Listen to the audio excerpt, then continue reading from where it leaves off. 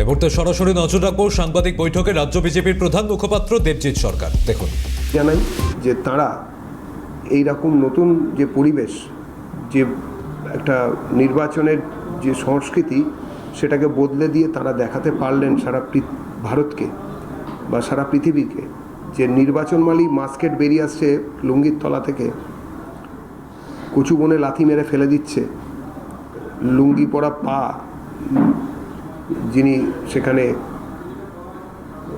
দাঁড়িয়েছেন তাকে, কিংবা সাদা থান পাঠিয়ে দেওয়া হচ্ছে বাড়িতে, ভয় দেখিয়ে ঢুকিয়ে দেওয়া হচ্ছে মানুষকে ঘরেতে, কিছু লোক তেড়ে যাচ্ছে, দুটো বোমা পড়লো, আপনারা দেখাতে রইলেন বা লিখতে রইলেন প্রিন্ট মিডিয়ায়, সেগুলো পুরো উধাও করে দিয়েছেন। কেননা ভয় আউট ভরসা ইন এই স্লোগানকে সামনে রেখে মানুষ বিশ্বাস করতে শুরু করেছেন যে ভয় না পেয়ে গণতন্ত্রের যে পতাকা সেটাকে উড্ডীন রেখে ভোট দেওয়া যায় এবং গণতান্ত্রিক পদ্ধতিতে নিজের পছন্দের দলীয় প্রার্থীকে ভোট দেওয়া যায়। জাহাঙ্গীরকে দেখা গেল না আজকে, জাহাঙ্গীর বাহিনীকেও দেখা গেল না। মানুষ বলছে যে গতবারে তো খুব থ্রেট করা হয়েছিল, সাধারণ মানুষ মানে মহিলারাও বলছে যে থ্রেট করেছিল, এখন তো কাউকে দেখা যায়। মুঘল সাম্রাজ্যের পতন ঘটেছে নতুন পশ্চিমবঙ্গে সরকার স্থাপিত হওয়ার পরে। জাহাঙ্গীর, শাহজাহান, বাবর, আকবর, আলমগীর অনেককেই দেখা যাচ্ছে না। তারা ছিলেন, প্রবলভাবে ছিলেন, তারা বিভিন্ন সময়ে বিভিন্ন রকম ব্যবস্থা নিতেন। হরিণডাঙ্গার সেই গলি আমরা এখনও ভুলে যাইনি, ফলতার, যেখানে কিনা এক রাতে প্রায় 20টার ওপর বাড়িকে জেসিবি দিয়ে মাটিতে মিশিয়ে দেওয়া হয়েছিল। ফলতা এলাকা থেকে শুধুমাত্র বিজেপি করার অপরাধে প্রায় 1200 লোককে রাতারাতি পালাতে হয়েছিল 2রা মের পরে 2021-এর।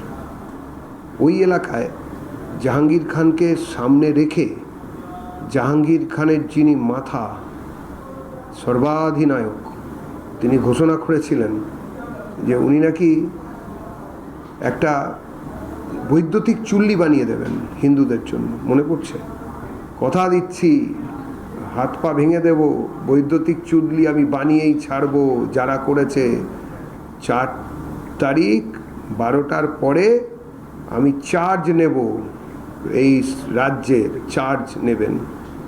তো তিনি এখন ডিজে বাজানোর বদলে ঘরে ঢুকে হারমোনিয়াম বাজাচ্ছেন, আর মাঝে মাঝে বাঁশিটায় মুছে টুছে রাখছেন, বাঁশি মুছছেন, হাত বুলোচ্ছেন তানপুরাতে।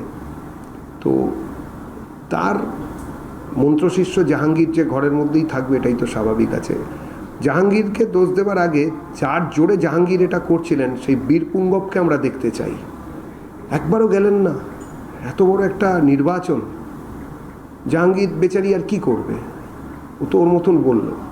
কিন্তু যে লোকগুলোর ভরসায় জাহাঙ্গীরের মতন লোকেরা মাতব্বরি করছিল, টিকটিকি থেকে যাদের আশীর্বাদে কুমির তৈরি হয়েছিল, সেই জাহাঙ্গীরকে যারা মাথায় তুলে গিয়েছিলেন, জনতাকে শাসন করার যন্ত্র হিসেবে যারা জাহাঙ্গীরদের ব্যবহার করেছিলেন, এরা কোথায় গেল?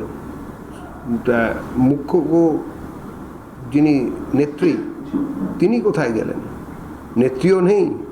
আর তোর কোন বা পাশে দিল্লি থেকে বলা সেই বীরপুঙ্গ হিরো, তেরা হিরো কি ধারে, সবাই তো জিজ্ঞেস করছে।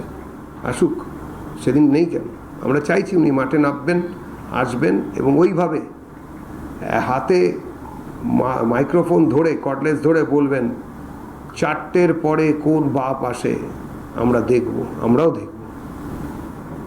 যেটা নতুন করে আবার অভয় মামলার তদন্ত শুরু হয়েছে, সিবিআই কে নয়া নির্দেশ দেওয়া হয়েছে, রাতের খাওয়ার সময় থেকে শুরু করে দাহ পর্যন্ত, এই যে পুরো টাইমলাইন, এটাকে ফোকাস করে নতুন করে আবার তদন্ত শুরুর নির্দেশ। কি বলবেন? কোর্টের নির্দেশ নিয়ে আমাদের আলাদা করে বলার কিছু নেই, আমরা এই নির্দেশকে স্বাগত জানাচ্ছি।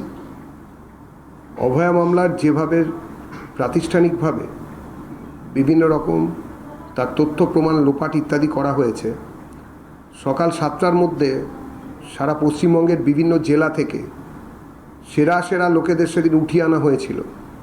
কেউ বর্ধমান থেকে চলে এলেন, কেউ মেদিনীপুর থেকে চলে এলেন, এবং তারপরে আবার কিছু কোট আনকোট সেই সময়ের সব পুলিশ আধিকারিকরা যাদেরকে ফিঙ্গারপ্রিন্ট বিশেষজ্ঞ বলে দেখাচ্ছিলেন, দাগিয়ে দাগিয়ে দিচ্ছিলেন, তারাও ঘরের মধ্যে ঢুকে পড়লো। একটা দেওয়ালকে ভেঙে দেওয়া হলো, কিছু লোক গিয়ে বেলগাছিয়া বস্তি থেকে গিয়ে ভাঙচুর চালালো। তো এই পুরো বিষয়টাই তো আমরা দেখেছি, আমরা সেই সময় দেখেছি। এর মধ্যে কিছু লোক আবার লাভের গুড় তুলতে নেমে পড়েছিলেন, তাদের আবার কিউআর কোড টোড ইত্যাদি ছিল। সব মিলেমিশেই তদন্ত হওয়া উচিত। কোথাকার জল কোথায় গড়াবে, তদন্ত হোক, তখনই বোঝা যাবে। ঈদের আগে রেড রোডে নমাজ পাঠ করার অনুমতি না দেওয়ার জল্পনা, বিরোধীদের অভিযোগ বিজেপি সরকার ক্ষমতায় আসার পরেই বহু বছর ধরে চলে আসছে ধর্মাচরণে নিষেধাজ্ঞা। কত বছর ধরে চলছে? তো মনে হচ্ছে না মুঘল আমল থেকে চলছে নাকি পাঠান আমল থেকে চলছে। রেড রোডে নামাজ পড়ার শুরু হয়েছিল, জ্যোতি বসু একবার রেড রোডে নামাজ পড়ার অনুমতি দিয়েছিলেন। সেবারে খুব বৃষ্টি হয়েছিল, সেই জন্য তিনি অনুমতি দিয়েছিলেন। একটি বিশেষ অনুমতিকে চিরাচরিত প্রথা বলে চালিয়ে দেওয়া কোথায় লেখা আছে? কোন ধর্মগ্রন্থে লেখা আছে যে রাস্তায় এসে ধর্মাচরণ এইভাবে করতে হবে? এর সঙ্গে ধর্মের কোনো সঙ্গতি নেই, কোথাও লেখা নেই। কোনো ধার্মিক লোক এই কথা বলবেন না, তিনি যে সম্প্রদায়েরই হন না কেন, যে তার আরাধ্যা দেবদেবী কিংবা অন্য কোনো দেবতাকে, ঈশ্বর আল্লাহ যাই হন না কেন, তাকে রাস্তায় দাঁড়িয়ে না বললে তিনি তার কথা শুনতে, অন্তরের আকুতি তার কাছ অব্দি গিয়ে পৌঁছন না। এটা হতেই পারে না। যদি দরকার হয় নিশ্চয়ই নামাজ হবে। নামাজ কেন হবে না? মসজিদে হবে, মসজিদের মধ্যে 2 শিফটে হবে, 3 শিফটে হবে, নামাজ হবে না কেন? সব কিছুই হবে। যে কোনো ধর্মাচরণ নির্দিষ্ট জায়গায় হবে, ধর্মস্থানে হবে। রেড রোড আর যাই হোক ধর্মস্থান না। অভিষেক বন্দ্যোপাধ্যায়ের মামলায় আজকে হাইকোর্ট বেশ কয়েকটা শর্ত তাকে বেঁধে দিয়েছে। বিদেশে যেতে পারবেন না আদালতের নির্দেশ ছাড়া, তদন্তে সম্পূর্ণ সহযোগিতা করতে হবে এবং পুলিশদের নোটিশ দেবে, সেই নোটিশ অনুযায়ী পুলিশ যদি তাকে ডাকে তাহলে যেতে হবে এবং কড়া পদক্ষেপ নেওয়া যাবে না অভিষেকের বিরুদ্ধে, সেটাও বলছে। কড়া পদক্ষেপ নেওয়া যাবে না। কড়া পাকের সন্দেশ সবাই খাবেন না, নরম পাকের সন্দেশ খাবেন, কি অসুবিধা আছে? এখনো পর্যন্ত তো কোনো কড়া পদক্ষেপই নেওয়া হয়নি। নোটিশ এলেই কে নাকি চট করে বাড়ির থেকে ইঁদুরের মতন বেরিয়েছে, কুচুট করে নোটিশটাকে ছিঁড়ে নিয়ে আবার টুক করে ঘরে ঢুকে পড়ছেন। এসব তো আপনাদের ক্যামেরাই দেখাচ্ছে। এরকম তো হয় না, এরকম তো কোনোদিন দেখিনি। দোর্দণ্ড প্রতাপ 4 তারিখের পরে চার্জ নেবেন যিনি, তাঁর এইরকম অবস্থা। এরকম চোর পুলিশ খেলা ভালো নয়। কড়া নরম কোনো কিছু না, তো তরল চলছে এখন, নরম সুজি দাঁত তুললে যেরকম লোকে খায় সেটা চলছে।